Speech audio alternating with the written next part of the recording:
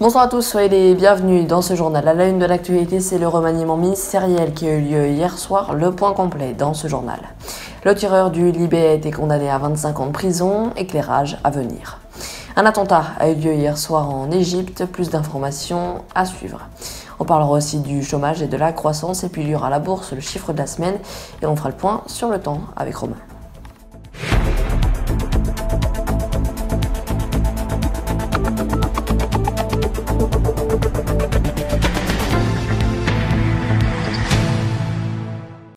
À la une de l'actualité, c'est le remaniement ministériel qui a eu lieu hier soir. Il devait être réalisé mardi, mais à cause de certaines procédures, il a eu du retard. Christophe Castaner reste secrétaire d'État en plus d'être délégué général de La République En Marche. Delphine Gény-Stéphane fait son entrée au gouvernement et est secrétaire d'État. Comme il était pressenti, Benjamin Griveaux, lui, remplace Christophe Castaner au poste de porte-parole du gouvernement. Et il laisse donc son poste à un ancien du Parti Socialiste, Olivier Dussopt. Le tireur de BFM TV et de Libération a été condamné à 25 ans de réclusion criminelle par la Cour d'assises de Paris. Abdelhakim Dekar avait été qualifié d'ennemi public numéro 1 pendant 5 jours de traque en novembre 2013 à Paris. Il avait été à BFM TV avec une arme, puis avait grièvement blessé un assistant photographe à Libération avant de tirer à la Société Générale. Un attentat a eu lieu hier après-midi en Égypte. Les assaillants ont déclenché une explosion avant d'ouvrir le feu sur les fidèles depuis 4 pick-up positionnés à proximité. Le gouvernement a décrété 3 jours de deuil national et le président Abdel Fattah al-Sisi a convoqué un conseil ministériel restreint après l'attaque. Il a promis une réponse avec une force brutale à cet attentat. Le Caire a renforcé sa sécurité avec davantage de soldats et de forces de l'ordre déployés pour patrouiller dans le hall des passagers et pour effectuer aussi des perquisitions et contrôler les points de contrôle aux approches de l'aéroport. L'attentat n'a pour le moment été pas revendiqué par le groupe État islamique, mais la région est fréquemment attaquée par la branche égyptienne du groupe État islamique. Il y a 2 ans, des membres de ce groupe avaient posé une bombe dans un avion russe, tuant 224 personnes. L'Égypte a donc été frappée par l'attentat le plus meurtrier de son histoire. Le nombre de chômeurs dans la catégorie A est reparti à la hausse ce mois-ci avec plus de 8000 chômeurs. Mais à l'inverse, la croissance, elle repasse dans le vert. Regardez ce reportage. Au 3e trimestre de cette année, la croissance est repartie à la hausse avec plus 0,5%.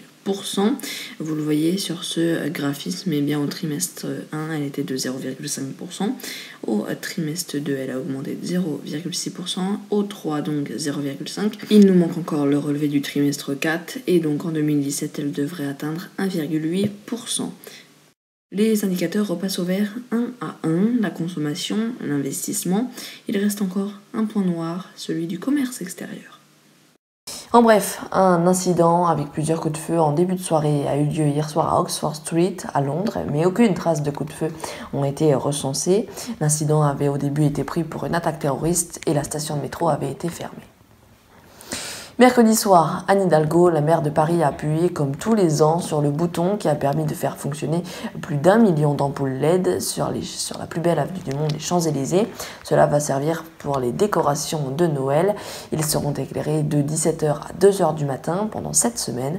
Une cérémonie qui a été perturbée par des forains qui n'ont pas le droit d'exposer leur marché de Noël cette année. Et aussi, dans le même temps, il y a eu la grande roue qui a été éteinte en guise de protestation, car d'ici 2018, elle devrait arrêter de recevoir des visiteurs.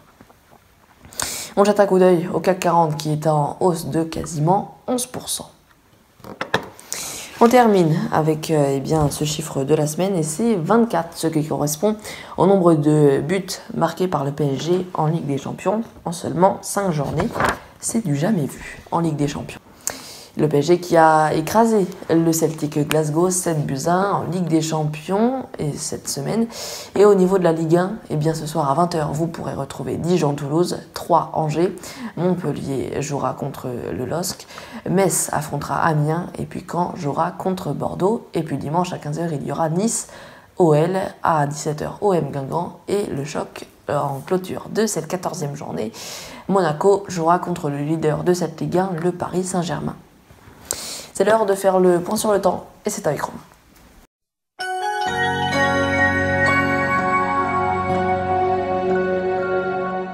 Bonsoir et bienvenue dans ce bulletin météo de votre dimanche. Le matin, la météo sera plutôt clémente avec quelques averses toutefois en Normandie et en Picardie. Ailleurs, les éclaircies seront généreuses, sauf en Bretagne où le ciel sera gris. Côté température, elles seront en baisse de -1 à 11 degrés. L'après-midi, le ciel va se couvrir de la Normandie jusqu'à la Nouvelle-Aquitaine. De plus, quelques ondées sont à prévoir sur les Hauts-de-France et le Grand Est. Ailleurs, l'alternance soleil-cumulus reste de vigueur. À noter un beau soleil pour le pourtour méditerranéen. Il fera de 1 à 14 degrés. Passez une excellente soirée et à demain. C'est la fin de ce journal, merci de l'avoir suivi. Prochain rendez-vous avec l'information, c'est demain à 11h30 sur Info TV avec le flash radiophonique de Romain Lucas. Et puis j'aurai le plaisir de vous retrouver dans le débrief du mois diffusé sur notre radio, France News Radio, à 11h40, puis en replay sur notre chaîne YouTube accompagné de certains chroniqueurs et de la rédaction. Et puis vous pourrez le retrouver en replay sur notre chaîne YouTube ce lundi. Notre radio France News Radio qui est en direct du lundi au vendredi de 12h30 à 20h et le dimanche de 11h15 à midi. Passez une très belle soirée et à demain.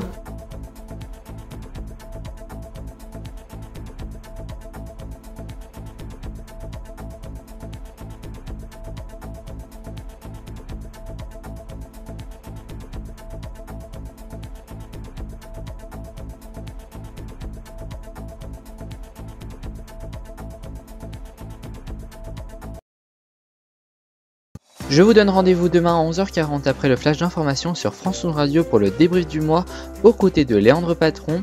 Nous reviendrons avec de nombreux spécialistes sur les infos marquantes du mois de septembre et bien plus. À demain sur France News Radio.